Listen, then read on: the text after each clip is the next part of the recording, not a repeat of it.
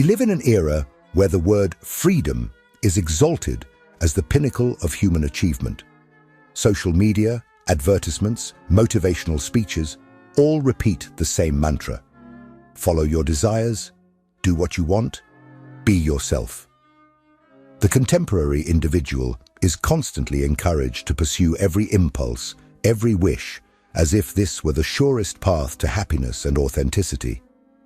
But what if all of this were just a grand illusion? What if what each person calls my desires were, in fact, something imposed from the outside even before they were born? Jacques Lacan, one of the most complex and provocative names in psychoanalysis, dared to formulate this disturbing hypothesis. Our desires are not entirely our own. They are constructed, shaped, organized by symbolic structures that traverse us: language, culture, family, society. For Lacan, human desire is essentially the desire of the other. And this short phrase carries a conceptual bomb capable of exploding the modern notion of freedom. Just look around.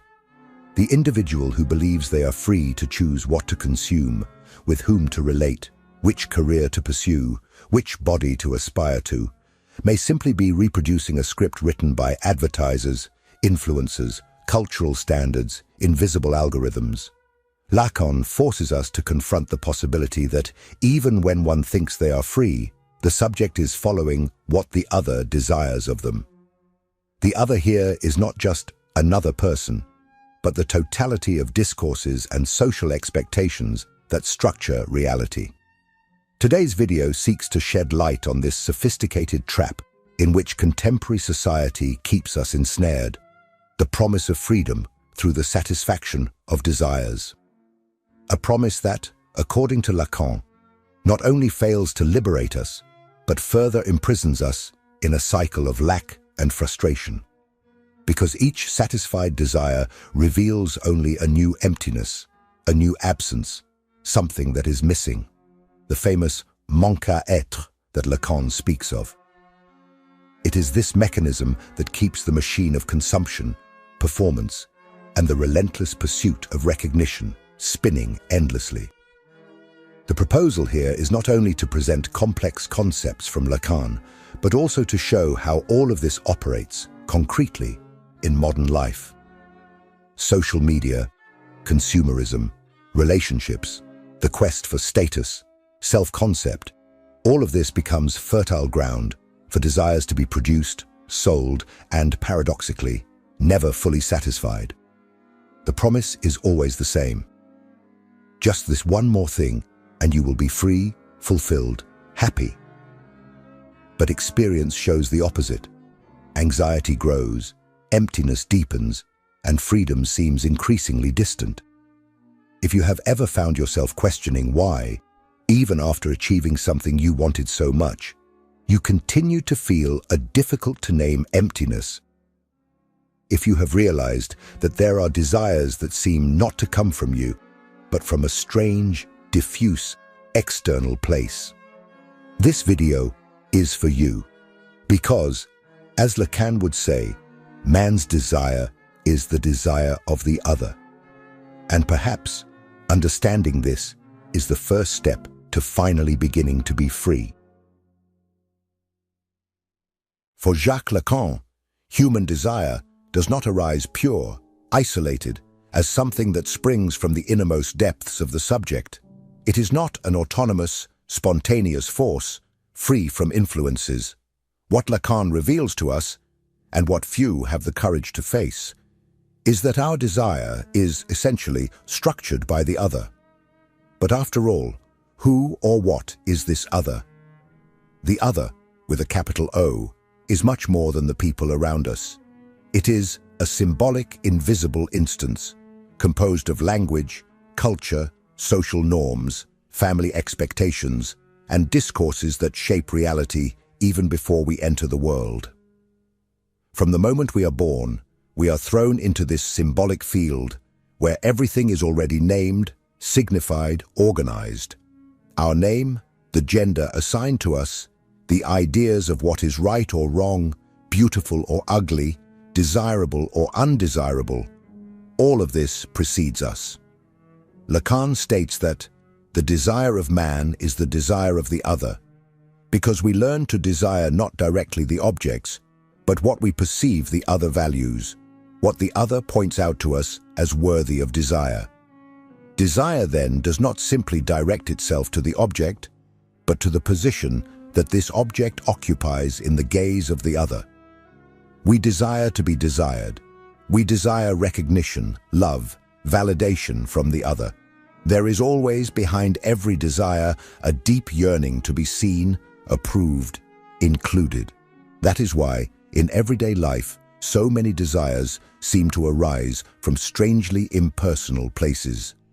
Think of fashion trends that explode out of nowhere, of products that no one knew they needed until millions of ads emerged saying that is indispensable, of lifestyles that become standard, almost obligatory, under the threat of social exclusion. Marketing, social media, the media, all are modern gears of the other, incessantly producing new objects of desire, silently shaping what people believe they want. Even in the intimate sphere, this structure is omnipresent. In romantic relationships, for example, we seek not only the loved one, but also the social image that this relationship confers upon us. The partner often becomes a sign, a symbol that communicates something to the world about who we are, about our value. The career we choose, the friendships we cultivate, the photos we publish, everything can be mediated by the desire of the other. Lacan goes deeper, showing that this logic even establishes itself in sexuality and the most private tastes. There is not even a realm of personal pleasure that is completely free from this symbolic contamination. Behind what we think excites us, what attracts us, there are marks of social discourse, shaping our fantasies, delimiting how far we allow ourselves to go. This may sound despairing because it calls into question one of the greatest modern beliefs, that we are free to want whatever we want. For Lacan, there is no totally authentic desire, disconnected from the symbolic network that envelops us. But at the same time, recognizing this can be liberating. Because those who understand that their desire is shaped by the other begin to have the chance to ask, is this desire really mine? And it is precisely this question that opens the door to freedom.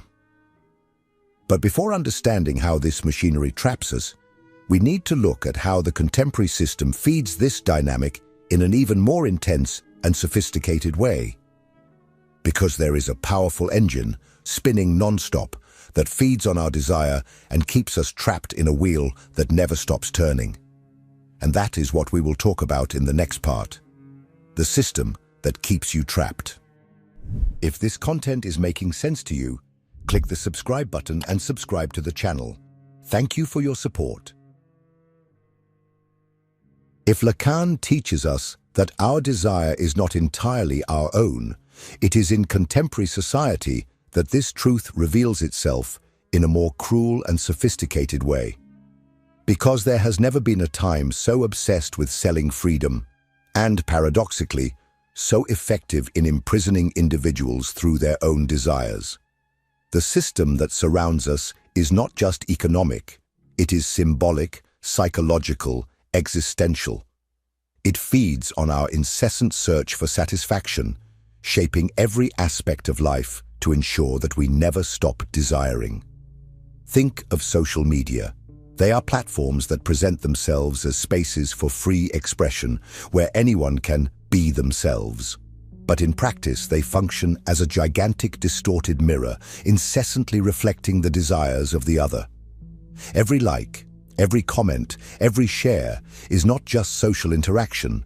It is a silent message telling us what should be desired. Those who gain more attention, who flaunt travels, perfect bodies, success stories, all become walking showcases of what is supposedly worth wanting. And those who cannot or do not wish to follow this script feel out of place, invisible, almost non-existent. The same applies to advertising and the consumer market. Contemporary capitalism is not satisfied with offering products that meet basic needs. It creates new needs, shapes identities, invents voids that can only be temporarily filled by a new object. And that object is never enough, because the pleasure it offers is brief, and soon another desire arises, another product, another standard to be achieved. It is the perpetual cycle that keeps the economy turning, and human subjectivity eternally dissatisfied. In relationships, this logic is equally cruel. Love, which could be a space for genuine encounter, often becomes a territory of performance. People learn to love not only for what they feel, but for what they must demonstrate feeling. Public declarations, romantic photos, media gestures are not just expressions of affection, but also signals exchanged within a symbolic network. Loving often is also displaying love and reaping the recognition that this generates. Even in professional careers, the trap is evident. It is not enough to have a job. One must have a vocation, a purpose, something that fits into the collective imaginary of success.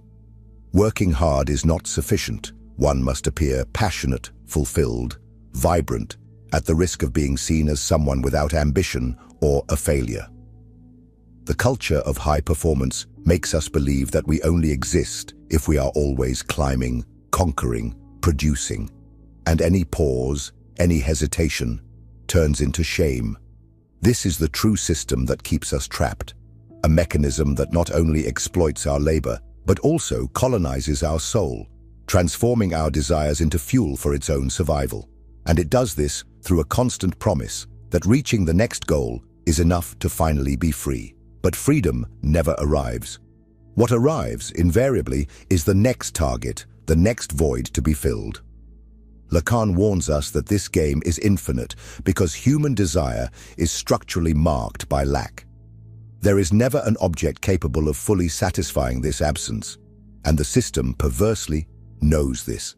It is precisely this impossibility of complete satisfaction that keeps it alive, always selling more dreams, more products, more experiences. But, after all, what happens when we believe that the next achievement will finally complete us? What do we feel when, even after obtaining what we so desired, everything once again seems insufficient? It is precisely this illusion of fulfillment that we will unravel in the next part.